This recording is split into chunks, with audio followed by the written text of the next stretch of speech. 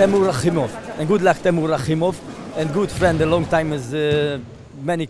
تیمور رحیموف برایش برای کامیابی خواهانم. دوستی خوبم است و در بسیاری از مسابقات‌ها با هم واخورده‌ایم و خیلی جودوکاری با مهارت میباشد.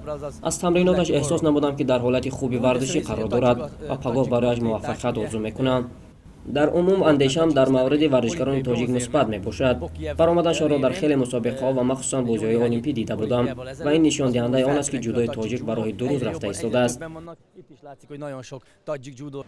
تیمور رحیموف ورزشگری بهترین کشور ما است.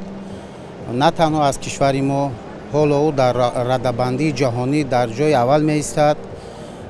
ما شاهد بودیم که 2-3 مسابقه که در آخر تیمور رحیموف گرفت، در همه آنها صاحب مدال شد و ما از تیمور رحیموف در این مسابقه به حد امید و آرزوهای کلان داریم که خدا کند که مدال طلا را به دست آورد.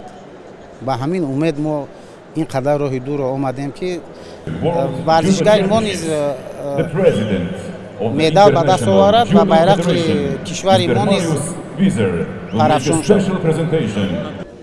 تیمور رحیموف یه جودوکار شناخته شده در وزن به اضافه 100 کیلوگرم تو دنیا، تو گرند اسلم‌های مختلف شرکت کرده و مقام‌های خوبی رو کسب کرده.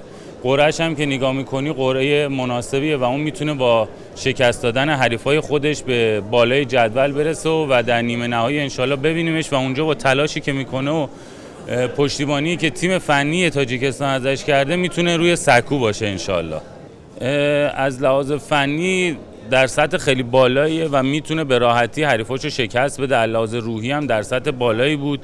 جودوی تاجیکستان چند سالی هست که به صورت خیلی گسترده‌ای پیشرفت کرده و تونسته به سطح بالای جودوی جهان برسه و من پیش بینیم اینه که میتونه با بردن این حریف برسه به 4 تا نفر برتر وزن خودش.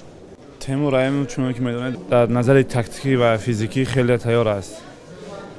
جودو من فکر میکنم یکمین دومی حریف او با او مشکلی نیست و در آخری نیمه نهایی 4-1 نهایی با ورزشکاری چخ با قهرمان بازی المپی لوکاس کارپلک و میخوره و من فکر میکنم که